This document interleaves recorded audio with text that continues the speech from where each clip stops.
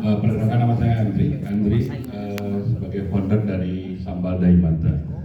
Jadi sebelum ini saya akan jelaskan dulu bahwa inspirasi dari pembuatan Sambal Daimata ini adalah pada saat saya dinas di Tasik dulu. Di sana ada satu tempat penjualan nasi telur oncom yang sangat laris sekali, di mana sambalnya itu adalah sambal goang. Di produksi pertama saya itu adalah sambal goang. Sambal goang ini kalau secara tradisional ada sambal mentah yang hanya disiram oleh minyak panas. Dan itu saya berpikir bagaimana caranya supaya sambal ini bisa dinikmati kapan saja, di mana saja.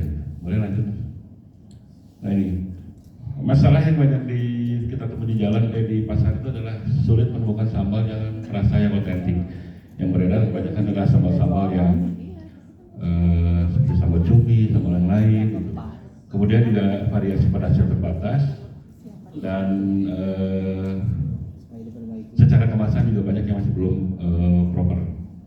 Nah, dari kami memberikan solusi ada 3 varian sambal.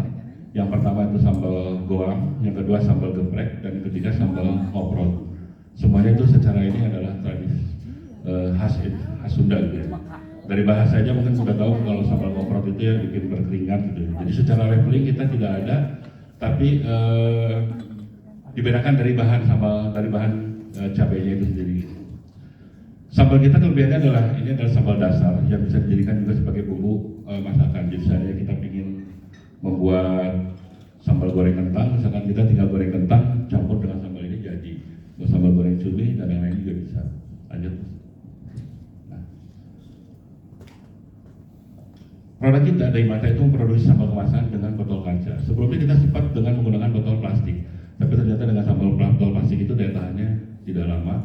Terus pada saat proses pengiriman banyak terjadi masalah, misalkan bocor atau pecah gitu. Akhirnya kita menggunakan dengan sambal kaca. Dengan sambal kaca ini daya tahan kita bisa mencapai 1 tahun. Sambal kita juga sudah secara legalitas sudah lengkap. Mereknya sudah kita daftarkan HAKI, sudah terregistrasi halal, sudah diuji mutu, sudah menggunakan barcode juga, jadi sudah siap untuk diekspor. Pokoknya secara lengkap kita sudah lengkap gitu ya. Nah, level keberhasilan kita punya seperti yang tadi saya jelaskan ada 3, yaitu sambal geprek, sambal goang, dan sambal ngoprot. Sambal geprek kita buat dari bahan dasar cabai keriting, sambal goangnya kita buat dari cabai rawit hijau, dan sambal ngoprot kita bikin dari cabai rawit merah. Kalau orang sudah bilang dari cengkeh domba, jadi pedas banget. Kemasannya juga bisa ditutup, itu vakum. Jadi kita pakai sistem sterilisasi yang sudah kita terapkan. Jadi selama memang kemasan ini belum dibuka, daya tahan sambal ini bisa mencapai 1 tahun tanpa bahan pengawet tambahan. Tapi kalau sudah dibuka, masuk ke daya tahan normal sekitar 1-3 hari, kecuali jika dimasukkan ke dalam merias. Nah, target pasar utama kita adalah secara usia 17 tahun ke atas, para pekerja yang ingin menikmati sambal di mana saja gitu ya. Terus ibu-ibu rumah tangga yang sekarang rasanya udah mulai malas mulek gitu ya. Terus para wanita karir serta para traveler. Dan kita juga sedang menyasar pasar untuk muslimin yang sedang melaksanakan umroh dan haji. Karakteristiknya ya selalu pasti pencinta pedas, mencari produk yang lokal, produk lokal yang berkualitas karena secara legalitas kita sudah lengkap semuanya, serta memprioritaskan rasa serta kesehatan karena kita tidak menggunakan bahan pengawet tambahan. Jadi intinya kita ingin menciptakan sambal praktis yang bisa dibuat kapan saja, kemana saja, dengan tidak mengurangi rasa. Pemasaran kita sudah lakukan sekarang secara online. Kita sudah yang pasti standar dengan WhatsApp bisnis, dengan Instagram, dan mempunyai toko di beberapa marketplace. Secara offline kita punya beberapa toko dengan sistem konsinyasi di beberapa toko oleh-oleh dan UMKM corner. Nah, aktivitas yang akan kita lakukan tentunya biasa pembuatan konten-konten menarik, kolaborasi dengan influencer, serta promosi-promosi khusus untuk pelanggan-pelanggan kita yang sudah biasa RO.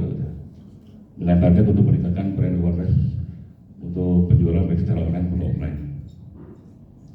Nah, ini target kami yang berikutnya adalah membuat diversifikasi produk. Ternyata pada saat di lapangan masih banyak orang yang ingin menggunakan kemasan-kemasan yang lebih kecil, yang lebih simpel gitu. Jadi kami ingin membuat kemasan saset. Kemasan saset ini bisa dibuat untuk keperluan dan untuk sekali dinikmati. Namun dalam proses pembuatannya ternyata kita kalau kemasan saset itu untuk pengemasannya lebih ribet gitu. Karena sambal ini mengandung minyak, biasanya banyak minyaknya yang bertetes kemana-mana. Jadi diperlukan mesin pengemas saset. Gitu. Kemudian juga kita akan ingin memberikan varian baru, karena kita baru 3 varian lain gitu.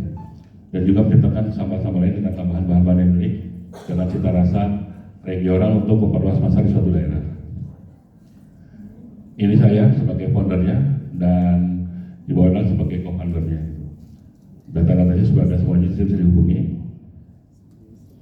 Nah, ini proyeksi keuangan untuk kerjasama investasi. Pendapatan proyeksi investasinya seharusnya 1.000 sampai 3.000, biaya produksinya antara HPP 17.000 sampai 21.000. Biaya investasi yang diperlukan adalah untuk bisnis aset serta investasi modal sekitar 60 juta. Profit margin yang sudah kita punya sekitar 40 sampai 50%. Demikian, terima kasih. Assalamualaikum warahmatullahi wabarakatuh. Waalaikumsalam warahmatullahi wabarakatuh. Terima kasih Mbak Bima. Deck Anda sangat lengkap, banyak banget isinya, rich. Bisa dikatakan 80% yang dibutuhkan di dalam deck sudah ada di sini. Saya tuh senang sebenarnya dari tadi tuh decknya bagus-bagus. Hanya saja memang mungkin teman-teman perlu belajar untuk cara menceritakan ini jadi lebih menarik aja. Betul. Karena kadang tuh produknya biasa tapi cara membawakannya yang keren jadi keren gitu. Di sini sudah oke, hanya saja mungkin yang belum saya lihat adalah kompetisinya. Dari banyaknya sambal yang ada di luar sana, kenapa harus Daimata dan sebenarnya target market nasional ini tuh penjualan pasar sambal tuh berapa banyak gitu. Bapak Ibu tadi yang kalau kita lihat itu hanya penjualan di internal kan, padahal sebenarnya kan kalau kita ingin meyakinkan orang lain kita harus memperlihatkan bahwa ternyata penjualan sambal di Indonesia itu berapa juta pieces, sehingga bisnis ini secara visi akan bisa mungkin menjadi posisi nomor 9 misalnya, tapi se-Indonesia gitu nggak apa-apa gitu, udah puluhan miliar pasti gitu kan. Jadi yang mungkin perlu ditambahkan selain yang sudah lengkap banyak tadi itu adalah kompetisinya seperti apa dan targetnya Daimata ini mau dibawa kemana gitu dari sisi kompetisi tadi. Lalu yang kedua adalah tadi sudah ada untuk yang investmentnya itu hanya digunakan untuk biaya produksi dan lain-lain itu belum terlalu clear sebenarnya. Misalnya kalau dibanting duit 1M tuh butuhnya berapa banyak gitu Pak? Kayak misalnya 1M butuhnya mau dipakai buat apa 1M gitu. Nah itu harus clear ya Bapak Ibu kalau mau present ke mana? Ke investor misalnya butuhnya dananya berapa banyak gitu. Jadi bukan yang dibilang saya produksi saya sekian, nanti untungnya sekian, bukan seperti itu. Itu oke, tapi kita harus tahu juga, misalnya kayak tadi pabrik itu butuhnya mungkin nggak bisa tuh 1M tuh. Tadi punya Pak, siapa tadi yang di belakang? Pak? Bukan, Pak Bimantara ya, mungkin butuhnya 10M, 20M, 30M gitu kan. Nah itu mau diapain gitu. Itu aja sih Pak. Overall, pitch Bapak lengkap banget. Hanya ada kurang beberapa dikit aja tadi. Terima kasih Pak. Saya lanjut ya.